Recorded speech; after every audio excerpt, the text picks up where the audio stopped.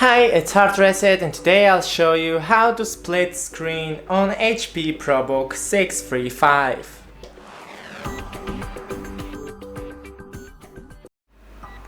So first, I'll open two random apps and just click and hold the bar on the top of the app.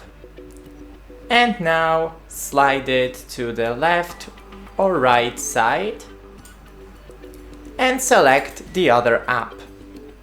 You can even split screen to 4 by sliding the app on the corner. And here you can put two other apps to make it 4. That's it, don't forget to leave a like and see you in the next one.